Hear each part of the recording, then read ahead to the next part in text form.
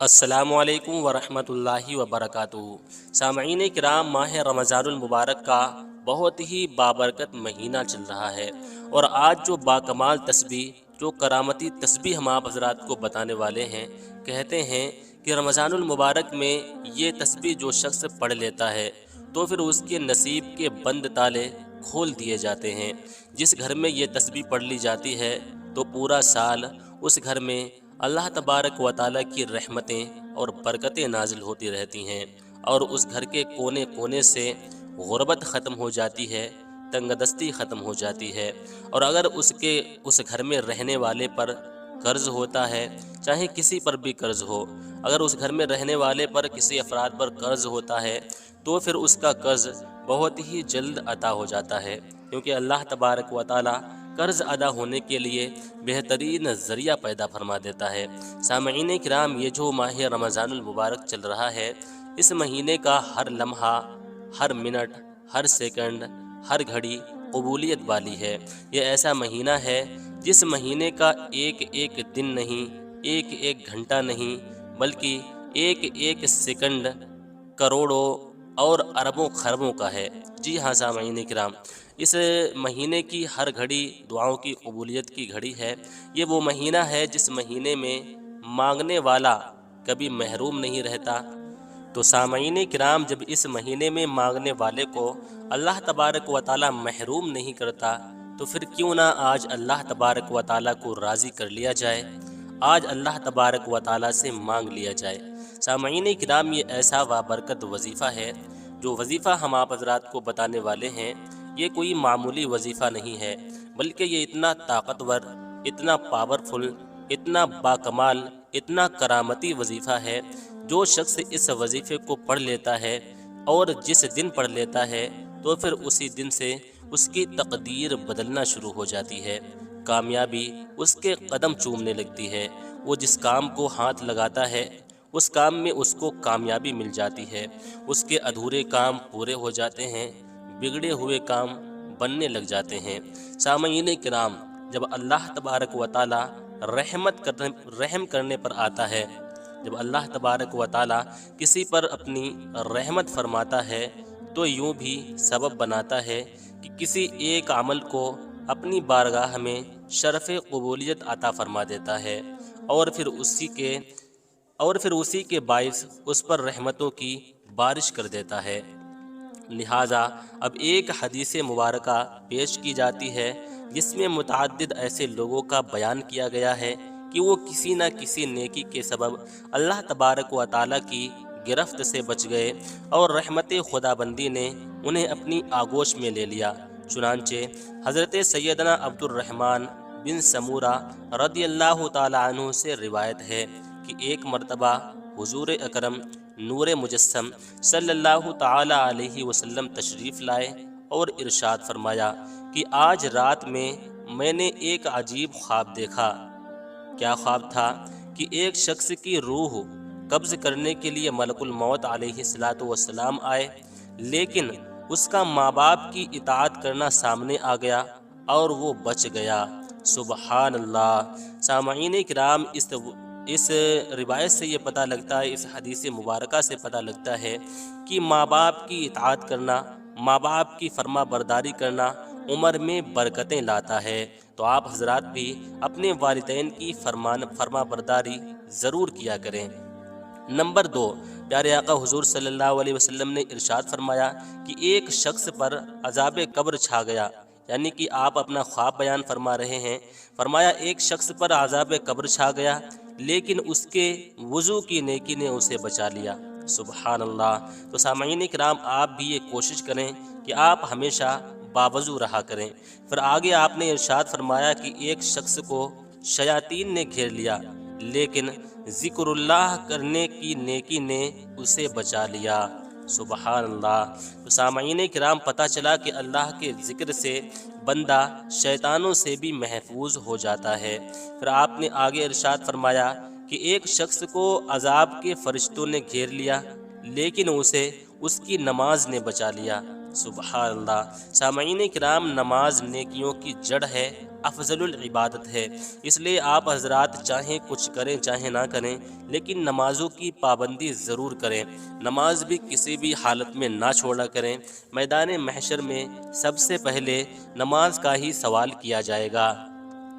پھر آگے آپ صلی اللہ تعالیٰ علیہ وسلم نے ارشاد فرمایا کہ ایک شخص کو دیکھا کہ پیاس کی شدت سے زبان نکالے ہوئے تھا، اور ایک حوض پر پانی پینے بار بار جاتا تھا مگر لوٹا دیا جاتا تھا کہ اتنے میں اس کے روزے آ گئے اور اسی نیکی نے اس کو سیراب کر دیا۔ سبحان اللہ۔ تو سامعین کرام، اگر آپ حضرات میدان محشر کی اس تپتی ہوئی میدان قیامت کا دن ہوگا، زمین تابے کی ہو جائے گی، آسمان فولاد کا ہو جائے گا، اتنی سخت گرمی ہوگی، اس دن اگر آپ سیراب ہونا چاہتے ہیں، جی بھر کے پانی پینا چاہتے ہیں، تو آپ حضرات آج دنیا میں روزوں کی پابندی کریں، روزے ضرور رکھا کریں، کیونکہ سامعین کرام یہ روزے بہت ہی فضیلت والے اور بہت ہی برکتوں والے روزے ہیں۔ سامعین کرام، اسی طریقے سے آپ صلی اللہ تعالیٰ علیہ وسلم نے ارشاد فرمایا، ایک شخص کو دیکھا کہ جہاں انبیاء کرام علیہ السلام حلقے بنائے ہوئے تشریف فرما تھے، وہاں ان کے پاس جانا چاہتا تھا لیکن دھتکار دیا جاتا تھا کہ اتنے میں اس کا غسل جنابت کرنا آیا اور اس نیکی نے اس کو میرے پاس بٹھا دیا۔ سبحان اللہ۔ سامعین کرام، کتنی زیادہ فضیلت ہے۔ جو شخص غسل جنابت میں جلدی کرتے ہیں، یعنی کہ ناپاکی کے وقت غسل کرنے میں جلدی کرتے ہیں، فوراً غسل کر لیا کرتے ہیں، تو آپ صلی اللہ تعالیٰ علیہ وسلم نے ارشاد فرمایا، میں نے دیکھا کہ اسی نیکی کی وجہ سے میں نے اس کو میرے پاس بٹھا لیا۔ سبحان اللہ۔ سامعین کرام، اسی طریقے سے دیکھا گیا کہ ایک شخص، اس کے آگے پیچھے دائیں بائیں اوپر نیچے اندھیرا ہی اندھیرا ہے، اور وہ اس اندھیرے میں حیران و پریشان ہے، تو اس کے حج و عمرہ آ گئے اور اس کی نیکی سے اس کو اندھیرے سے نکال کر روشنی میں پہنچا دیا۔ تو سامعین کرام، اس روایت سے آپ حضرات اندازہ کر سکتے ہیں کہ کوئی بھی نیکی چھوٹی نہیں ہوتی، ہمیں ہمیشہ نیکی کرتے رہنا چاہیے۔ تو سامعین کرام، اس مہینے میں آپ حضرات دنیاوی کاموں میں بالکل بھی مصروف نہ رہیں، اس مہینے کی برکتوں کو سمیٹیں، فضیلتوں کو سمیٹیں اور خوب عبادتیں کریں، قرآن مجید کی تلاوتیں کریں، اللہ تبارک و تعالیٰ کے اسم اعظم کا ذکر کریں اور اللہ تبارک و تعالیٰ سے مانگیں، کیونکہ جو شخص اللہ تبارک و تعالیٰ کا ذکر کرتا ہے، اللہ تبارک و تعالیٰ اس کی مغفرت فرما دیتا ہے، اس کے گناہوں کو بخش دیتا ہے، اور اس مہینے میں جو شخص اللہ تبارک و تعالیٰ سے مانگتا ہے تو اللہ تبارک و تعالیٰ اسے محروم نہیں کرتا۔ بڑا بدبخت ہے وہ شخص جس کو ماہ رمضان المبارک نصیب ہو، میسر ہو، پھر بھی وہ اللہ تبارک و تعالیٰ کا ذکر نہ کرے، اللہ تبارک و تعالیٰ کی عبادت نہ کرے، قرآن مجید کی تلاوت نہ کرے، اللہ تبارک و تعالیٰ کو راضی کرنے کی کوشش نہ کرے۔ ایسا شخص، مرد ہو یا خواتین، بہت زیادہ بدبخت ہے۔ تو سامعین کرام، آپ کو احتیاط کرنا ہے، رمضان المبارک کا احترام کرنا ہے، اور اس مہینے میں اللہ تبارک و تعالیٰ کو راضی کرنے کی کوشش کرنا ہے۔ تو سامعین کرام، اس وظیفے کی طرف بڑھتے ہیں اور ہم آپ کو اس وظیفے کو کرنے کا طریقہ بتاتے ہیں۔ سامعین کرام، اس وظیفے کو کوئی بھی کر سکتا ہے، مرد بھی کر سکتے ہیں، خواتین بھی کر سکتی ہیں، بچے بھی کر سکتے ہیں، بزرگ بھی کر سکتے ہیں، لیکن جب آپ حضرات اس وظیفے کو پڑھیں، اس سے پہلے آپ کو اپنے مقصد میں اپنے دل میں کر لینا ہے کہ میں اس وظیفے کو کس مقصد کے لیے پڑھ رہا ہوں یا پڑھ رہی ہوں۔ یعنی کہ مثال کے طور پر اگر آپ کو روزی کی ضرورت ہے تو آپ حضرات یہ دل میں ارادہ کر لیں کہ میں اس وظیفے کو روزی کے لیے پڑھ رہا ہوں۔ کاروبار میں برکت کی ضرورت ہے تو یہ ارادہ کر لیں کہ کاروبار میں برکت کے لیے پڑھ رہا ہوں۔ اولاد کی ضرورت ہے تو یہ ارادہ کر لیں کہ میں اللہ تبارک و تعالیٰ سے اولاد حاصل کرنے کے لیے پڑھ رہا ہوں۔ یا آپ کو اپنے گھر میں بے شمار رحمتیں اور برکتیں کروانا ہے تو اس ارادے سے پڑھیں کہ ہمارے گھر میں اللہ تبارک و تعالیٰ کی بے پناہ رحمتیں اور برکتیں نازل ہوں۔ مثال کے طور پہ آپ کا جو بھی ارادہ ہو، آپ کی جو بھی حاجت ہو، اس حاجت کو اپنے دل میں رکھ لیں، اور دل میں رکھنے کے بعد آپ کو یہ وظیفہ پڑھنا شروع کر دینا ہے۔ سب سے پہلے آپ کو 7 مرتبہ درود پاک پڑھنا ہے۔ بہتر تو یہ ہے کہ درود ابراہیمی پڑھیں، جو نماز میں پڑھی جاتی ہے، یا پھر آپ اس کے علاوہ کوئی چھوٹا درود پاک پڑھنا چاہتے ہیں تو بھی پڑھ سکتے ہیں، کوئی بھی حرج نہیں ہے۔ 7 مرتبہ درود پاک پڑھنے کے بعد آپ کو اللہ تبارک و تعالیٰ کا یہ اسم اعظم پڑھنا ہے، اللہ الصمد، اللہ الصمد، اللہ الصمد۔ سامعین کرام، یہ ہم نے تو صرف 3 مرتبہ پڑھا ہے، لیکن آپ کو پوری ایک تسبیح یعنی کہ پورے 100 مرتبہ پڑھنا ہے۔ جب آپ حضرات 100 مرتبہ اللہ الصمد پڑھ لیں، اس کے بعد میں آپ کو قرآن مجید کی یہ آیت مبارکہ پڑھنا ہے، لا حول ولا قوت الا باللہ العلی العظیم۔ یہ ہم نے تو صرف 1 مرتبہ پڑھی ہے، لیکن آپ کو پورے 70 مرتبہ پڑھنا ہے، اس سے کم نہیں پڑھنا ہے، زیادہ ہو جائے تو کوئی بھی حرج نہیں ہے۔ سامعین کرام، اس کو آپ کو آرام سے پڑھنا ہے، ٹھہر ٹھہر کر پڑھنا ہے۔ اگر آپ جلد بازی کریں گے تو پھر وظیفے کا اثر نہیں ہو پائے گا، کیونکہ جلد بازی کرنے سے وظیفے میں غلطیاں ہو جاتی ہیں، اور جب وظیفے میں غلطیاں ہو جاتی ہیں تو پھر وظیفہ اثر نہیں کرتا، دعائیں قبول نہیں ہوتی۔ اس لیے آپ کو آرام سے پڑھنا ہے، ٹھہر ٹھہر کر پڑھنا ہے، اور آیت مبارکہ جب 1 مرتبہ پڑھ لیں تو آپ کو 1 مرتبہ سانس بھی لے لینا ہے، یعنی کہ ہر مرتبہ آپ کو سانس لے لے کر پڑھنا ہے۔ 70 مرتبہ یہ آیت کریمہ پڑھنے کے بعد آپ کو آخر میں پھر 7 مرتبہ وہی درود پاک پڑھ لینا ہے جو درود پاک آپ نے شروع میں پڑھا تھا۔ اور سامعین کرام، پھر آپ کو ہاتھ اٹھانا ہے اور بارگاہ پروردگار میں رو رو کر، گڑ گڑا کر اللہ تبارک و تعالیٰ سے دعا کرنا ہے۔ سامعین کرام، جس دن سے آپ حضرات اس وظیفے کو پڑھنا شروع کریں گے، اسی دن سے آپ کی تقدیر بدلنا شروع ہو جائے گی، آپ کے نصیب کے بند تالے کھول دیے جائیں گے، آپ کے بگڑے کام بننے لگ جائیں گے، ادھورے کام پورے ہونے لگ جائیں گے۔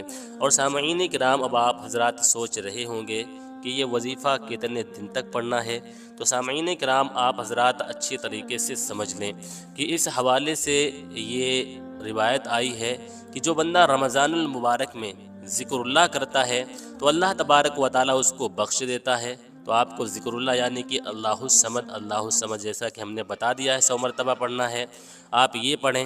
پھر اس کے بعد میں آتا ہے، اور اس مہینے میں مانگنے والے کو اللہ تبارک و تعالیٰ محروم نہیں فرماتا، تو آپ حضرات اس مہینے میں مانگتے رہیں جب تک آپ کو مل نہ جائے۔ سامعین کرام، وہ کوئی انسان نہیں ہے جو ہم کو مانگتے ہوئے شرم آئے گی، 1 مرتبہ مانگیں گے، 2 مرتبہ مانگیں گے تو شرم آنے لگے گی۔ وہ اللہ تبارک و تعالیٰ ہے، ہمیں اس سے مانگتے ہی رہنا چاہیے، وہ ہمارا خالق اور مالک ہے، ہمیں بالکل بھی شرمانا نہیں چاہیے۔ وہ کوئی انسان نہیں ہے، بلکہ وہ اللہ تبارک و تعالیٰ ہے۔ انسانوں سے مانگنے میں بندہ شرماتا ہے، لیکن اللہ تبارک و تعالیٰ سے مانگنے میں ہمیں بالکل بھی شرم نہیں کرنی چاہیے۔ تو ہمیں تب تک مانگتے رہنا ہے جب تک اللہ تبارک و تعالیٰ ہمیں عطا نہ فرما دے، چاہے کیوں نہ آپ رمضان کے آخری دن تک مانگتے رہیں۔ تو آپ حضرات اس وظیفے کو تب تک جاری رکھیں جب تک آپ کو وہ چیز مل نہ جائے جس چیز کی آپ کو ضرورت ہے۔ آپ حضرات اس کو رمضان کے آخری دن تک جاری کیوں نہ رکھنا پڑے۔ تو امید کرتے ہیں آپ پوری بات اچھی طریقے سے سمجھ گئے ہوں گے۔ اگر اب بھی آپ کا کوئی سوال ہے تو کمنٹ کر کے کمنٹ باکس میں پوچھ سکتے ہیں۔ اسی کے ساتھ آج کی ویڈیو کا اختتام کرتے ہیں۔ ویڈیو پسند آئی ہو تو اس ویڈیو کو دل سے ایک لائک ضرور کر دیں۔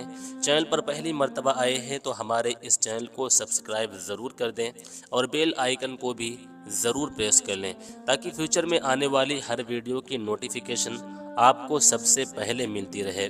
اسی کے ساتھ آج کی ویڈیو کا اختتام کرتے ہیں۔ ملتے ہیں اگلی ویڈیو میں، تب تک کے لیے اللہ حافظ۔ السلام علیکم ورحمۃ اللہ وبرکاتہ۔